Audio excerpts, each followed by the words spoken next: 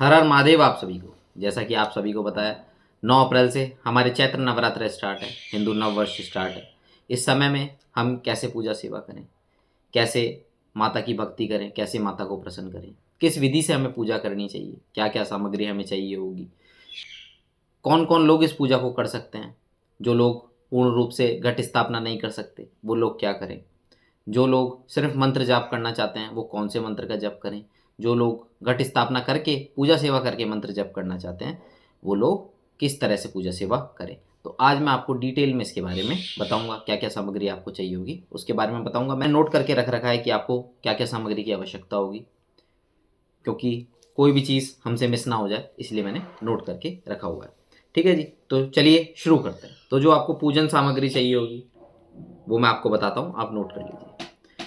आपको सबसे पहले एक चौकी चाहिए माता के लिए, माता की स्थापना के लिए। उस पे बिछाने के लिए सूती लाल वस्त्र जो आपको चाहिए होगा, 1.25 मीटर के करीब आप उस वस्त्र को लेंगे। ठीक है जी। उसके अलावा माता की फ़ोटो या प्रतिमा जिसकी आप पूजन करेंगे, सेवा करेंगे। ठीक है जी। गणेश जी की फ़ोटो या प्रतिमा जो आप माता के साथ बैठाएंगे। अगर दोनों ही नहीं है, फ़ोटो या प्रतिमा नहीं है, तो आपने हमारी पुरानी वीडियो में देखा होगा, जैसे हमने लाइव साधना कराई थी उसमें भी देखा होगा कि हम सुपारी रूप में गणेश जी भगवान को स्थापित करते हैं। तो आप सुपारी रूप में भी गणेश जी भगवान को स्थापित कर देंगे। ठीक है जी। जो लोग नवग्रह स्थापित करेंगे उनको एक अलग से चौकी चाहिए होगी, जो माता की चौकी के साथ ही हम रखेंगे। उस पर भी लाल वस्त्र सूती हम बिछाएंगे, उस पर हम नवग्रह स्थापना करेंगे। नवग्रह स्थापना के लिए आपको अक्षत चाहिए होंगे, 9 सुपारी चाहिए होगी और एक जनेऊ चाहिए होगा। ठीक है जी। तिलक के लिए रोली मोली आपको चाहिए होगी और मूली हम जो उन्हें वस्त्र रूप में देंगे। ठीक है। जो लोग षोडश मातृका का स्थापित करेंगे वो नवग्रह वाली चौकी पे ही षोडश मातृका को स्थापित कर सकते हैं। उसके लिए आपको 16 हल्दी की गांठ चाहिए होगी, अक्षत चाहिए होंगे, मोली चाहिए होगी, रोली चाहिए होगी उनको स्थापित करने के लिए। ठीक है जी। उसके अलावा मैं आपको बेसिक सामग्री बता देता हूँ जो आप सभी को पता होगा, जो हमें नवरात्रे में चाहिए, ज़रूरत होगी जिसकी। आपको धूप बत्ती चाहिए होगी, अक्षत चाहिए होंगे, हल्दी, कुमकुम, रोली मोली, जनेऊ जो हम गणेश जी को पहनाएंगे उसके लिए, नवग्रह के लिए हमें जनेऊ चाहिए होगा। कलावा हमें चाहिए होगा, मोली जो मैंने आपको बता दिया। इत्र चाहिए होगा माता को लगाने के लिए, लौंग चाहिए होगी और इलायची चाहिए होगी, कमलगट्टे, कपूर, कमलगट्टे के जो बीज आते हैं वो, कपूर हमें चाहिए होगा भोग के लिए, माता के लिए जो हम भोग देंगे उनके लिए, और पान मीठा जो माता के लिए हमें चाहिए होगा, और पान के पत्ते भी चाहिए होंगे 2 हमें। ठीक है जी। उसके अलावा जो है फूल पुष्प हमें चाहिए होंगे माता रानी को चढ़ाने के लिए, गणेश जी भगवान को चढ़ाने के लिए। दूर्वा जो घास होती है, हरी घास जो हम गणेश जी को चढ़ाते हैं वो चाहिए होगा। ठीक है जी। तो ये हमें पूजा सामग्री चाहिए होगी जो हम बेसिक यूज़ करेंगे हमारे पूजा विधि में। ठीक है जी। इसके अलावा जो आपको चाहिए होगा, आवश्यकता होगी आपको, वो मैं आपको बताता हूँ। ठीक है जी। तो कलश स्थापना हमारे को करनी होगी। कलश स्थापना के लिए वैसे मैंने एक वीडियो बना रखा है, पूरा वीडियो बना रखा है, वो आप ज़रूर देखना। ठीक है जी। तो जो आप कलश स्थापना करेंगे उसमें आपको कलश चाहिए होगा, या तो आप मिट्टी का कलश ले सकते हैं, सबसे बेस्ट वही रहता है। तांबे का या पीतल का भी आप कलश ले सकते हैं। ठीक है जी। वैसे मैंने सेपरेट वीडियो बनाया, आप वो देखेंगे तो प्रॉपर समझ पाएंगे। मैं इसमें भी आपको गाइड करूँगा किस हिसाब से करना है। गंगा जल हमें चाहिए होगा जो है तो हमारे कलश में रखने के लिए, डालने के लिए। अशोका या आम के पत्ते 5, 7 या 11। ठीक है जी। लौंग इलायची जो उसमें डालने के लिए हमें चाहिए होगा, लौंग इलायची, सिक्का, हल्दी की गांठ, गोमती चक्र, कौड़ी, कमलगट्टे के बीज। ठीक है। सुपारी, अक्षत और पुष्प। ठीक है। एक नारियल जो हम कलश के ऊपर स्थापित करेंगे। चुनरी साथ में आप चढ़ाना चाहे चढ़ा सकते हैं, नहीं चढ़ाना चाहे नहीं चढ़ा सकते, सिर्फ कलावा भी मान सकते हैं। पानी का नारियल होगा, जटा वाला होगा। ठीक है जी। जो लोग ज्वारे बोएंगे अपने घर में, सब लोगों के नहीं बोए जाते, कई लोग अपने घर में ज्वारे बोते हैं, कई लोग नहीं बोते हैं। तो जो ज्वारे बोएंगे वो मिट्टी का एक तसला लेंगे, मिट्टी का एक तसला आता है, उसके अंदर साफ बिल्कुल स्वच्छ मिट्टी लाएं, कहीं साफ खेत से, किसी साफ जगह से आप लेके आएँ। उस मिट्टी को हम उस मिट्टी के तसले में रखेंगे। उसमें आप ज्वारे बो सकते हैं, जो लोग ज्वारे बोते हैं 100 ग्राम के करीब ज्वारे बो सकते हैं, 50 ग्राम ज्वारे बो सकते हैं। ठीक है। जो लोग गेहूँ बोते हैं, जैसे सात धान जो मिक्स आते हैं वो भी बोते हैं कई लोग, तो वो भी बो सकते हैं। ज़रूरी नहीं है जिनके नहीं बोए जाते वो ना भी बोएं। ठीक है। उसके अलावा मैंने जो है अखंड ज्योत के लिए भी एक वीडियो बना रखा है अलग से सेपरेट, वो शायद आपके बीच आ भी गया होगा, तो उसको देख सकते हैं आप, अखंड ज्योत कैसे जलानी है। फिर भी मैं आपको बताता हूँ। आपको अखंड ज्योत के लिए बड़ा दीपक चाहिए होता है, आप मिट्टी का रख सकते हैं, ठीक है, और पीतल का जो आता है अखंड ज्योत के लिए एक स्पेशल आता है, वो भी ले सकते हैं। अखंड ज्योत आप जला सकते हैं अपने घर में, लंबी उसकी बाती आपको रखनी है। आप कलावे की बाती बना सकते हैं, और जो है कई लोग रुई की भी बनाते हैं, कई लोग जो एक रेड कलर की बाती हमारे मार्केट में मिलती है वो माता रानी के लिए स्पेशली आती है, उसका भी यूज़ कर सकते हैं। देसी घी या तिल्ली के तेल से आपको वो जो है दीप जलाना है, दीप जागृत करना है। आप उसके लिए अष्टदल कमल बना सकते हैं। अष्टदल कमल कैसे बनाया जाता है वो भी मैं आपको बताऊंगा जब मैं आपको पूरी विधि समझाऊंगा उसके बाद। अभी मैं आपको मेन सामग्री समझा देता हूँ, ठीक है। भोग के लिए भी आपको जो सामग्री चाहिए होगी वो भी मैं आपको बता देता हूँ, वो भी आप नोट कर लीजिए। आपको लौंग पताशे चाहिए होंगे, ठीक है जी। पंचमेवा, मिश्री, ठीक है, मिठाई, 5 तरह की मिठाई आप चढ़ा सकते हैं माता को, ठीक है। फल जो मौसमी उस समय के फल हों, जो मौसम में अभी फल आएंगे वो। विशेष रूप से जो माता को पसंद है वो अनार पसंद है, तो आप अनार का प्रयोग ज़रूर करें। मीठा पान, ठीक है। और जो है माता के लिए आप जो भी माता को पसंद हो उस तरह का जो भी आपका भाव हो चढ़ाने का वो आप चढ़ा सकते हैं। माता को आप श्रृंगार चढ़ाएंगे, ठीक है। श्रृंगार उस तरह का ही प्रयोग में लें जिस तरह का आप खुद यूज़ कर सकें, ठीक है। जो एक पैकेट वाला श्रृंगार आता है उसका प्रयोग ना करें, क्योंकि वो व्यर्थ ही जाता है, कोई भी उसको यूज़ नहीं करता, वो इधर से उधर घूमता रहता है, अंत में वो किसी कुएं पे या फिर किसी पीपल के नीचे पाया जाता है, तो उसका कोई अर्थ नहीं है, वो व्यर्थ है। आप वही चढ़ाएं जो आप खुद यूज़ कर सकें, ठीक है, इस तरह का। उसके अलावा जो आपको हवन या फिर आप भोग देते हैं, अग्यारी करते हैं, उसके लिए जो माता को आप भोग दे सकते हैं, उसमें आपको क्या क्या देना चाहिए। पताशे लौंग का भोग माता को विशेष रूप से दिया जाता है, इलायची का वो भोग है वो विशेष रूप से दिया जाता है। उसके लिए जो पात्र होता है वो आप मिट्टी का पात्र यूज़ कर सकते हैं या धातु का कोई पात्र यूज़ कर सकते हैं, ठीक है जी। गाय के गोबर के उपले पे दे सकते हैं, कुछ लोग आम की लकड़ी पे भी हवन के रूप में दे सकते हैं। देसी घी उसमें यूज़ किया जाएगा, ठीक है। पूर्णाहुति जो है जायफल से दी जाती है, जायफल का प्रयोग ज़रूर करना है, ठीक है। जो हमें गूगल लोबान या हवन सामग्री का प्रयोग भी कर सकते हैं। लौंग पताशे मैंने आपको बता ही दिया, मीठा पान भी आप उस पर भोग दे सकते हैं, इलायची का भोग भी आप दे सकते हैं। तो इस तरह से आपको जो है ये सामग्री चाहिए होगी। अब इसका प्रयोग कैसे करना है पूर्ण रूप से, ये मैं आपको समझा देता हूँ। पूजा की जो विधि होगी वो पूर्ण रूप से मैं आपको समझा देता हूँ।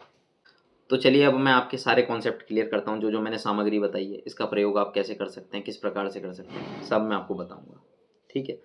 जो मैंने आपको बताया कि आपको नवग्रह या षोडश मातृका के लिए अलग से चौकी चाहिए होगी, तो आप नवग्रह किस तरह से स्थापित कर सकते हैं, ठीक है।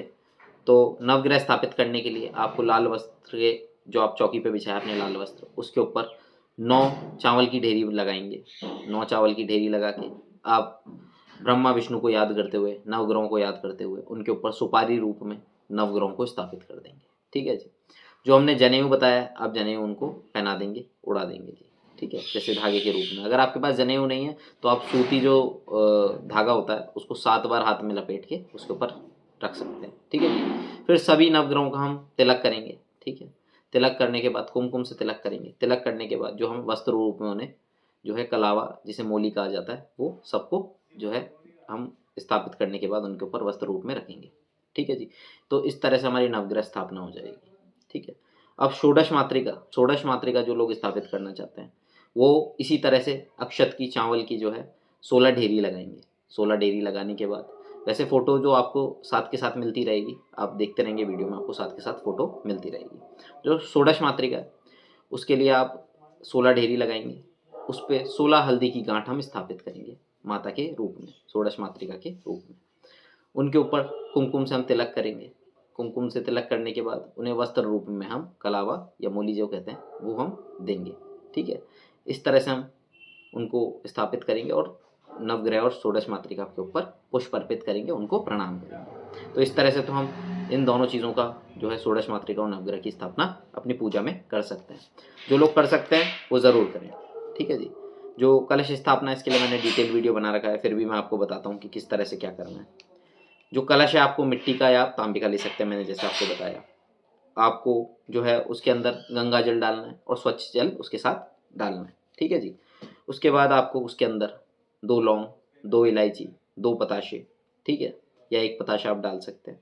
सिक्का चांदी का आप डालना चाहे चांदी का डाल सकते हैं, नॉर्मल सिक्का जो होता है 1 का सिक्का वो आप उसके अंदर डाल सकते हैं। हल्दी की गांठ डाल सकते हैं, गोमती चक्र, कौड़ी, कमल गट्टे के बीज, ठीक है, सुपारी, अक्षत, पुष्प, ये आप उसके अंदर डाल सकते हैं, ठीक है जी। उसके बाद आप उसको, उस कलश को जो है मूली से गांठ बांधेंगे, उसमें 3 बार उसके ऊपर मूली घुमा के या 7 बार मूली घुमा के उसको गांठ बांधेंगे साथ में। उसके बाद उसके ऊपर स्वास्तिक बनाएंगे, ठीक है जी। जब उसको आप स्थापित करेंगे तो नीचे उसके अष्टदल कमल बना सकते हैं आप, या फिर आप चावल की ढेरी बना सकते हैं। अष्टदल कमल कैसे बनता है मैंने पहले भी बताया था, मैं अभी भी आपको एक्सप्लेन करता हूँ।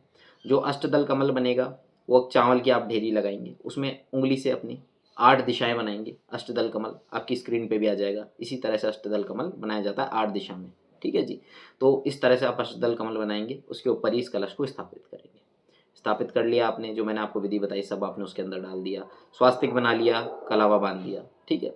उसके बाद आप उसके ऊपर जो है नारियल स्थापित करेंगे। जो नारियल होगा जटा वाला होगा, पानी का होगा। तो वो स्थापित करने के पहले आपको क्या करना है, जो पत्तियां आम की या फिर अशोका के पेड़ की आपको पत्तियां चाहिए होंगी, वो पत्तियों के ऊपर 7, जैसे आपने पत्ती ली, मानिए 5, 7 या 11 ले सकते हैं, आपने 7 ली, सातों के ऊपर आप तिलक करेंगे। तिलक करने के पश्चात आप उनको जैसे कलश पे सजाते हैं उस तरह से आप सजाएंगे।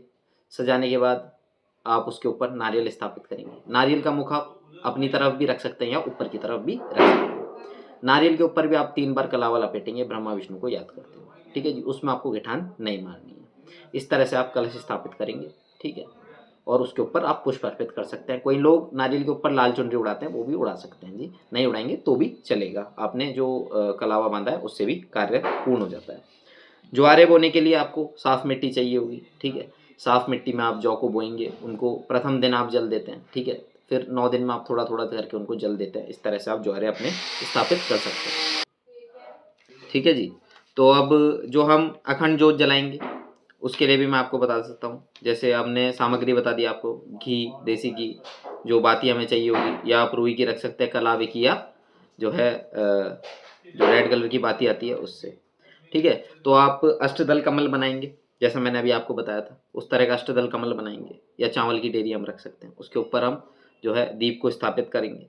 दीप को स्थापित करने के बाद हम उसमें जो भी तेल है या घी है हमारा वो डालेंगे, और दीप को प्रज्वलित करके अपने सीधे हाथ में जल लेंगे, ओम श्री गणेशाय नमः बोल के जो है दीप के चारों तरफ डालेंगे। उसके बाद दीप को हम प्रज्वलित करेंगे।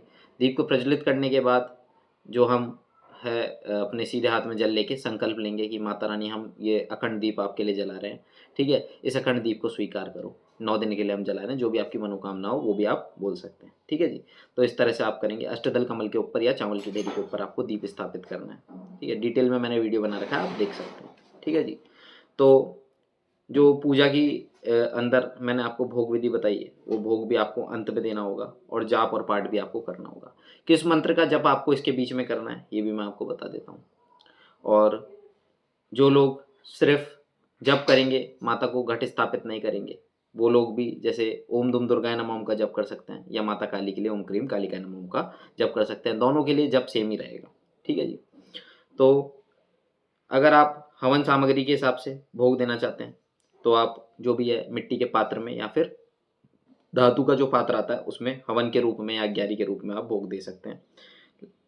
जो है देसी गाय का घी उसमें उपयोग करेंगे, गाय का जो गोबर है उस पर आप भोग दे सकते हैं, आम की लकड़ी पे आप भोग दे सकते हैं, लौंग पताशे का जोड़ा आप दे सकते हैं, ठीक है।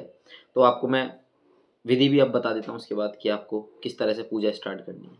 आपको चौकी पे माता को स्थापित करना है। माता को स्थापित करने के पश्चात आपको, अगर आपके पास प्रतिमा है माता की, तो आप पंचामृत से, जो हम भगवान शंकर के लिए यूज़ करते हैं, दही, घी, शहद, शक्कर और दूध का, उस सभी का मिश्रित मिश्रण बना के हम माता को स्नान कराते हैं। उसके बाद हम स्थापित कर सकते हैं। जिसके पास तस्वीर है वो माता की तस्वीर पे गंगा जल की छींटे मार के उनको पोंछ के अच्छे से, उसके बाद उनका तिलक करे, ठीक है। उनको हार पहनाए, इत्र लगाए, जो हमने बताया है। उसके बाद जो हमने 2 पान के पत्ते बताए हैं उनके ऊपर आपको बीज मंत्र लिखना है जिसका आप जप करेंगे। जो माता काली का जप करेंगे वो क्रीम बीज लिखेंगे, जो माता दुर्गा का जप करेंगे वो दुम बीज लिखेंगे। अगर आप दोनों ही जप करते हैं तो आप 2 पान के पत्तों पे वही जप मंत्र लिखेंगे, एक पे क्रीम एक पे दुम, ठीक है। फिर आपको 1 पान का पत्ता एक्स्ट्रा चाहिए होगा जिस पे आप ओम लिखेंगे, ठीक है। जो 2 ही जो मंत्र दुम दुर्गाय नमः ओम कर रहे हैं उन्होंने जैसे दुम बीज मंत्र लिख लिया पान के पत्ते पे, दूसरे पत्ते पे आपको ओम लिखना है। जो सिर्फ क्रीम काली का कर रहे हैं वो क्रीम बीज मंत्र लिखेंगे और दूसरे पे ओम लिखेंगे। इस तरह से वो माता के चरणों में हम रख देंगे, ठीक है। उसके बाद हम माता को हार पहनाएंगे, पुष्पों का जो हार माता के लिए हम लेके आएंगे वो हम माता को हार पहनाएंगे।